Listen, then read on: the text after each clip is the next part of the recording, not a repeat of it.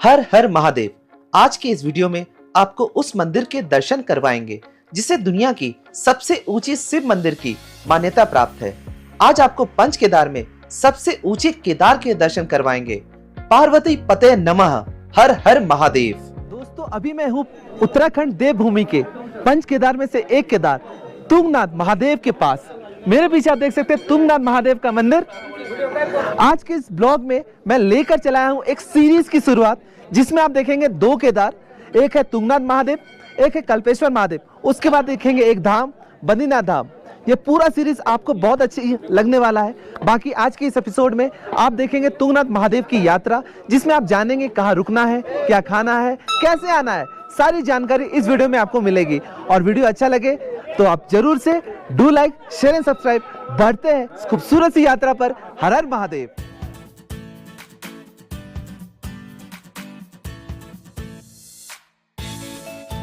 12,000 feet की ऊंचाई पर स्थित तुंगनाथ महादेव पंच केदारों में से तीसरा केदार है और यहाँ पर महादेव की भुजाओं की पूजा होती है।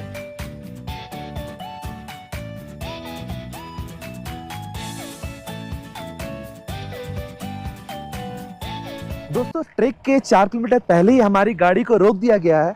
कह रहे हैं इसके आगे हमें शटल लेकर ऊपर स्टार्टिंग पॉइंट तक जाना होगा। चलिए बढ़ते हैं, देखते हैं शटल का रेट क्या है। ये शायद नया स्टार्ट हुआ है इस साल से। ऊपर बहुत ज्यादा भीड़ लग जा रहा था गाड़ियों का, इसलिए ये सेवा चालू हुई है। चलिए बढ़ते हैं। तुंगनाथ महादेव के दर्शन आप चोपता से अराउंड 4 किलोमीटर का ट्रेक करने के बाद कर पाएंगे और चोपता ऋषिकेश से अराउंड 170 किलोमीटर दूर है। चोपता से नियरेस्ट एयरपोर्ट देहरादून का जॉली ग्रांट एयरपोर्ट है और नियरेस्ट रेलवे स्टेशन ऋषिकेश है। यहाँ से आप पर्सनल कैब कर आराम से चोपता पहुँच सकते हैं। अगर आप अपनी जर्नी बस से करना चाहते हैं तो आप हरिद्वार से ऊखीमठ तक बस से आ सकते हैं, फिर उधर से शेयर्ड या पर्सनल टैक्सी कर चोपता तक आ सकते हैं। हमने इस यात्रा के लिए हरिद्वार से पर्सनल कैब हायर की थी। दोस्तों, मैं शटल से आ चुका हूँ ट्रेक के स्टार्टिंग पॉइंट। आप मेरे पीछे देखिए, वो द्वार है इस ट्रेक का। बाकी 6.5 साल पहले जब आया था ये शटल सर्विस नहीं था। पता नहीं क्यों ये शटल सर्विस स्टार्ट हुआ है। 50 रुपए लगा पर हेड। चलिए बढ़ते हैं, इस खूबसूरत सी यात्रा को आपके लिए लेकर आते हैं। हर हर महादेव।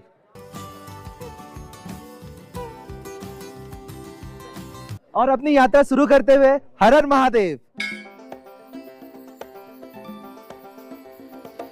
पंच केदार के नाम हुए केदारनाथ, तुंगनाथ, मदमहेश्वर, रुद्रनाथ और कल्पेश्वर। कल्पेश्वर महादेव को छोड़ बाकी सब में ट्रेक करना होता है और सब में तुंगनाथ महादेव का दर्शन करने के लिए सबसे छोटा ट्रेक करना होता है।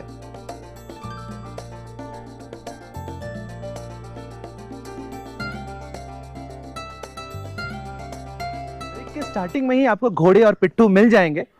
घोड़े का बोथ साइड का रेट है 1300 रुपए, जो कि किसी व्यक्ति का 80 किलो का अगर वजन होगा तो उस वजन तक का है 1300 रुपए। बाकी अगर उसके ऊपर अगर आपका वजन है 500 रुपये और लगेगा। सो आपको अगर मन करे घोड़ा करने का तो आप कर सकते हैं। मैं तो चल रहा हूं पैदल। महादेव का नाम लेते हैं और बढ़ते हैं आगे। यहाँ आकर आप बुरांस के फूल का जूस जरूर से पिए। ट्रेक करते वक्त बीच बीच में लोग इसे बेचते दिख जाएंगे।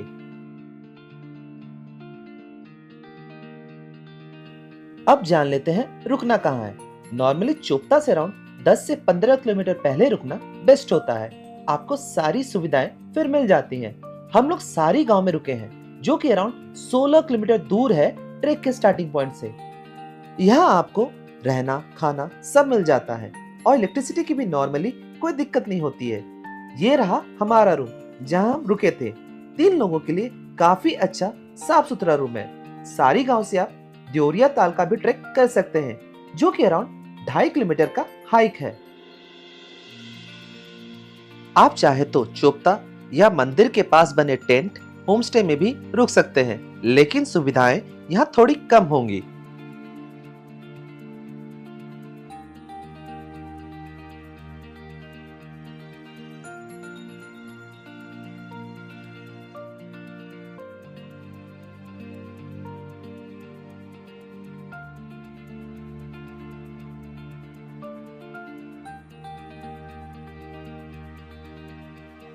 दोस्तों अप्रोक्सीमेटली 600-700 मीटर की चढ़ाई हो चुकी है। चढ़ाई अभी तक काफी खड़ी है, आप देख सकते हैं।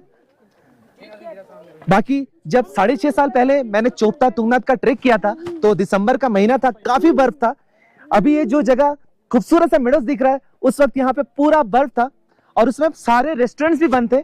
सो जब आप आ रहे हैं, इस बार मैंने जून के महीने में अगर आ रहे हैं तो आप ये खूबसूरत सा मेडोज के पास जा सकते हैं, अच्छे फोटोग्राफ्स खिंचा सकते हैं। और उसी के पास में ये रेस्टोरेंट देखिए, अगर आप नाश्ता कर नहीं आए तो यहाँ पर नाश्ता भी कर सकते हैं। चलिए बढ़ते हैं, महादेव का नाम लेते हैं और ये खूबसूरत सी जर्नी कंटिन्यू रखते हैं।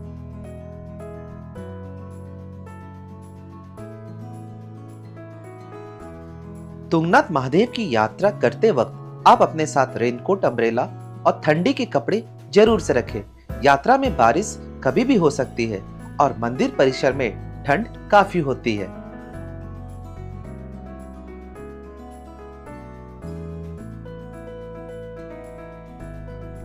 दोस्तों हम लोग ट्रेक स्टार्ट किए हुए अप्रोक्सीमेटली 1.5 घंटा हो चुका है। अप्रोक्सीमेटली 2 किलोमीटर के आसपास का ट्रेक भी हो चुका है। चढ़ाई तो अब तक पूरी खरी है। सो जो भी बिगिनर्स है ट्रेक के लेवल पे, उनके लिए थोड़ा तो कठिन होगा, लेकिन महादेव का नाम लेते हुए आगे बढ़ते रहे। हर हर महादेव।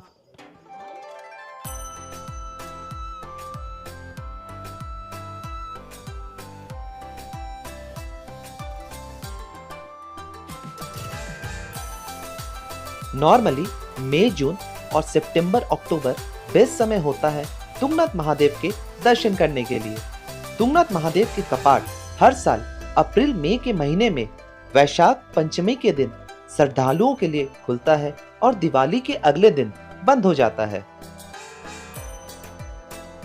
तुंगनाथ बाबा का शीतकालीन निवास स्थान मर्कटेश्वर मंदिर मक्खू मठ में होता है। सो अगर नवंबर से मार्च तक आप तुंगनाथ चंद्रशिला का ट्रेक करते हैं तो आपको तुंगनाथ मंदिर के कपाट बंद मिलेंगे।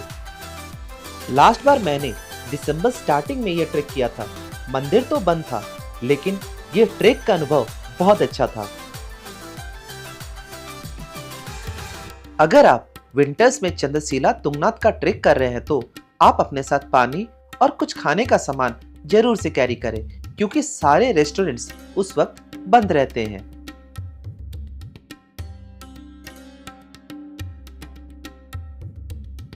माना जाता है यह मंदिर हजारों साल पुराना है और इसे पांडवों ने शिव जी को प्रसन्न करने के लिए बनाया था। कहा जाता है कि पार्वती माता ने शिव जी को प्रसन्न करने के लिए ब्याह से पहले यहाँ तपस्या की थी। दोस्तों फाइनली ट्रेक कर हम लोग पहुंच चुके हैं, जिसके लिए इतने देर से ट्रेक कर रहे थे, महादेव का दर्शन करने के लिए। सामने ये सीढ़ी देख रहे हैं, ये सीढ़ी चढ़ते ही हम लोग महादेव के दर्शन कर पाएंगे, मंदिर के दर्शन कर पाएंगे।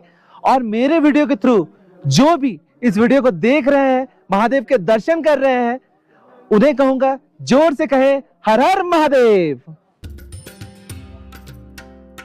ये मंदिर सुबह 6 से शाम 7 बजे तक भक्तों के लिए खुला रहता है।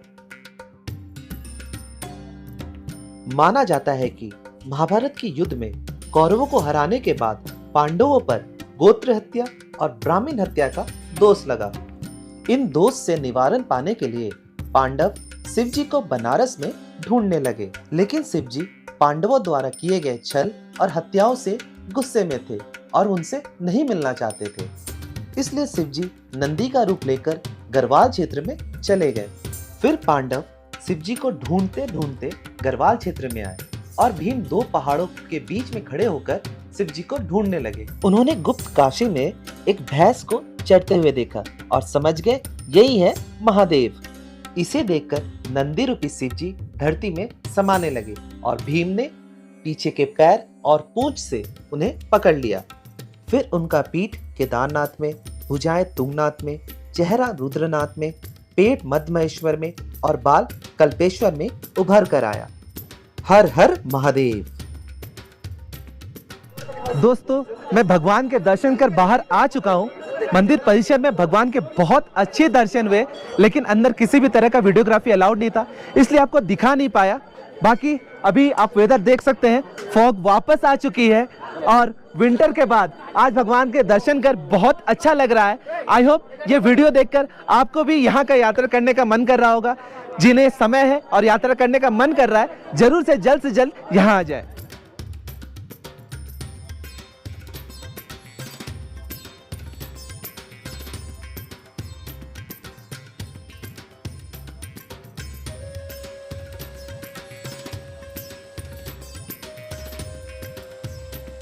दोस्तों, ऊपर से अप्रोक्सीमेटली आधा दूर नीचे आ चुके हैं। वेदर तो आप मेरे पीछे देख सकते हैं, काफी ग्लूमी है। सो दिखाने का तो उतना कुछ अभी है नहीं। जिस तरह से चढ़ाई स्टिप थी, उतराई भी वैसे ही स्टिप है। धीरे धीरे नीचे बढ़ रहे हैं। चलिए नीचे बढ़कर आपसे फाइनली उस गेट पे मिलते हैं जहां से हमने यात्रा शुरू की थी।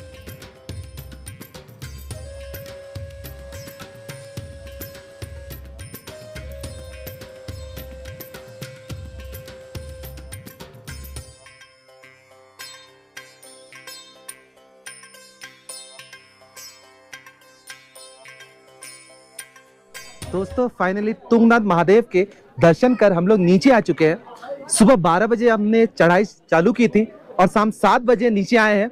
7 घंटे में टोटल अप डाउन हो चुका। इस बार भी चंद्रशिला का ट्रैक नहीं हो पाया।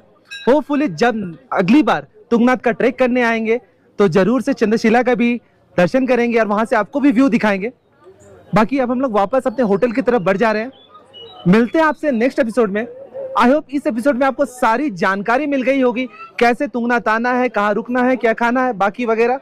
अगर फिर भी कोई क्वेश्चन होगा तो जरूर से मेरे कमेंट बॉक्स में पूछे। हर हर महादेव।